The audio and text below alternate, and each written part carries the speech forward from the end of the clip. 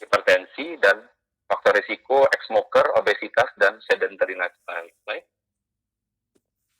Ya, pada pemeriksaan fisik didapatkan tekanan darah 110/60 dengan heart rate 90 kali per menit, tidak ditemukan kelainan pada pemeriksaan paru, tidak ada rongki, tidak ada wheezing, dan bunyi jantung 1 dan 1 normal, P2 sedikit mengeras, kemudian tidak ada galop dan tidak terdengar ada murmur.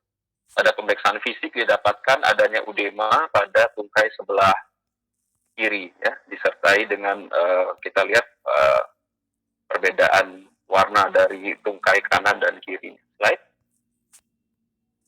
Pada pemeriksaan EKG kita dapatkan EKG yang cukup khas untuk emboli paru, di mana kita dapatkan irama sinus rhythm dengan S1, Q3, dan T3. Jadi ada gelombang S di 1, kemudian Q di lead 3, dan T inverted di lead 3. Baik. Saturasi pada pasien ini masih di atas 94%, sekitar 94-95% pada saat masuk ke IGD. Kemudian dari pemeriksaan lab didapatkan HB masih normal 13,7 dengan peningkatan dedimer 2420 dan namun troponin masih normal. Pada pemeriksaan ekokardiografi didapatkan RARV yang dilatasi dengan ejection fraction masih 68%, PR mild dengan TVG 30 dan TAPSE masih bagus 2,1 cm. Dan belum terlihat adanya pendorongan dari RV ke arah LA. Baik. Kemudian kami lakukan MSCT di pulmonary artery, karena sekalian juga pasien ini juga protokol di rumah sakit kami bahwa pasien yang masuk harus dilakukan CT paru untuk menyingkirkan kemungkinan COVID. Dan sekalian waktu kemarin alhamdulillah bisa dikerjakan secara simultan untuk MSCT kita adanya trombus pada RPA, kemudian yang extend ke lateral, kemudian di arteri ke bifurcatio dari arteri lateral. Trombus juga didapatkan pada LPA dari arteri lingularis superior, arteri anterior, dan arteri anterior superior loop. Dan didapatkan adanya efusi pleura yang ringan. Presentasi sisa 2 menit, Dok. Terima kasih.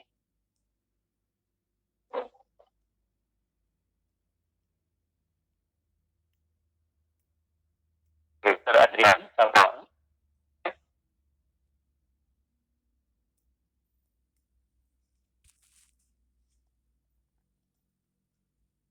Ada problem signal sepertinya. Sepertinya ada masalah signal dengan dokter. Koneksi saya? Ya, putus. Ya. Jadi seluler ya. Saya lanjutkan ya. Ya. Sorry. Videonya di off-kan saja. Video dokter di off-kan. Kamera dokter aja. Ya, pada MSCT sebelumnya pasien sudah dilakukan MSCT venografi tahun Januari tahun 2020, didapatkan di vein thrombosis pada bifurcatio dari iliac vein dan left common iliac vein dan menyebar sampai ke arah poplitea. Lanjut, slide. Ya, kita untuk pasien dengan emboli paru yang penting adalah melakukan diagnosis yang tepat, kemudian melakukan restratifikasi. Bagaimana dengan restratifikasi pada pasien ini? Kita mengenal adanya restratifikasi dengan PES Index, Pulmonary Embolism Severity Index, didapatkan di sini usia pasien adalah 62, kemudian dengan male dengan jenis kelamin male ditambah 10, jadi PES-nya adalah 72, kemudian SPS score-nya kita lihat ini kelas 1 dengan 0. Slide. 3 menit, Dok. Ya, slide. Jadi pasien ini kita kategorikan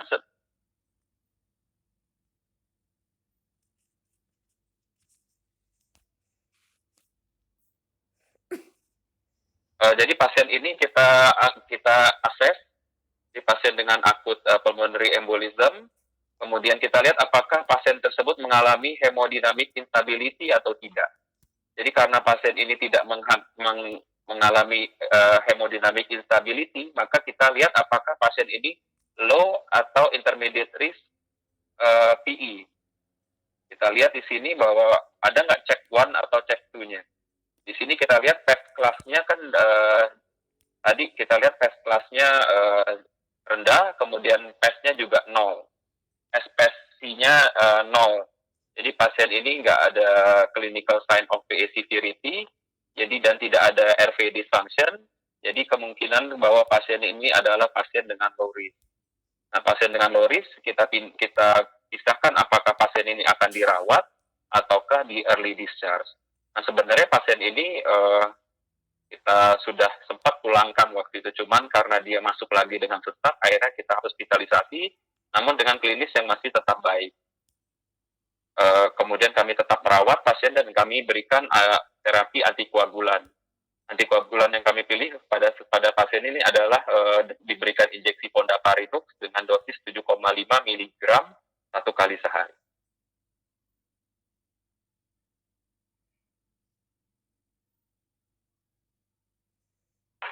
Slide.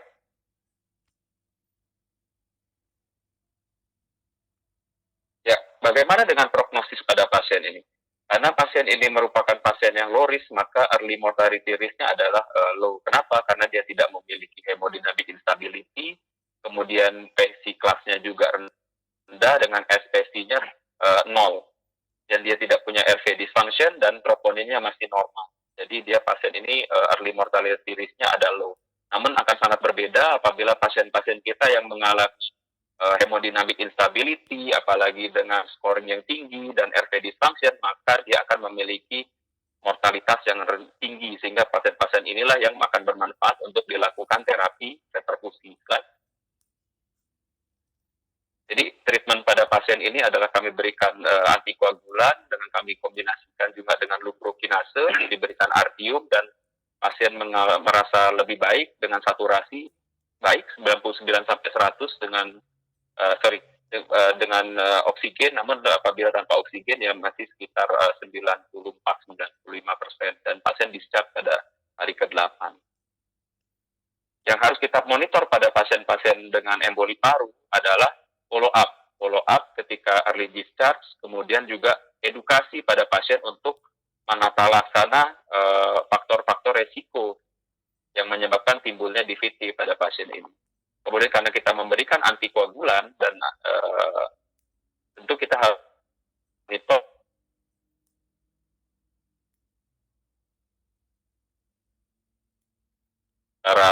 untuk monitor juga monitor persisting symptom, kemudian apakah timbul kembali sesak napas yang memberat dan bagaimana functional limitation pada pasien. Dan yang penting adalah mencegah timbulnya rekurensi dari TB.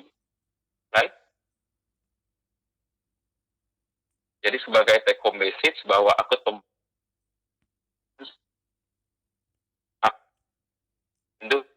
yaitu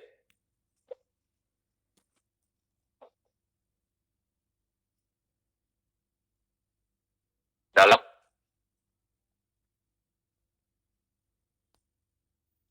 algoritma untuk PE, kemudian bagaimana melakukan standardized assessment, pretest clinical probability-nya, dan kita harus melakukan pemeriksaan DEDI. Stability,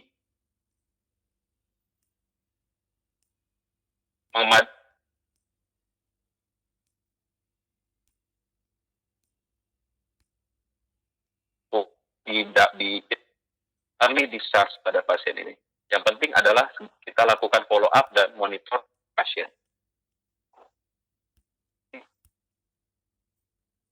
Tadi.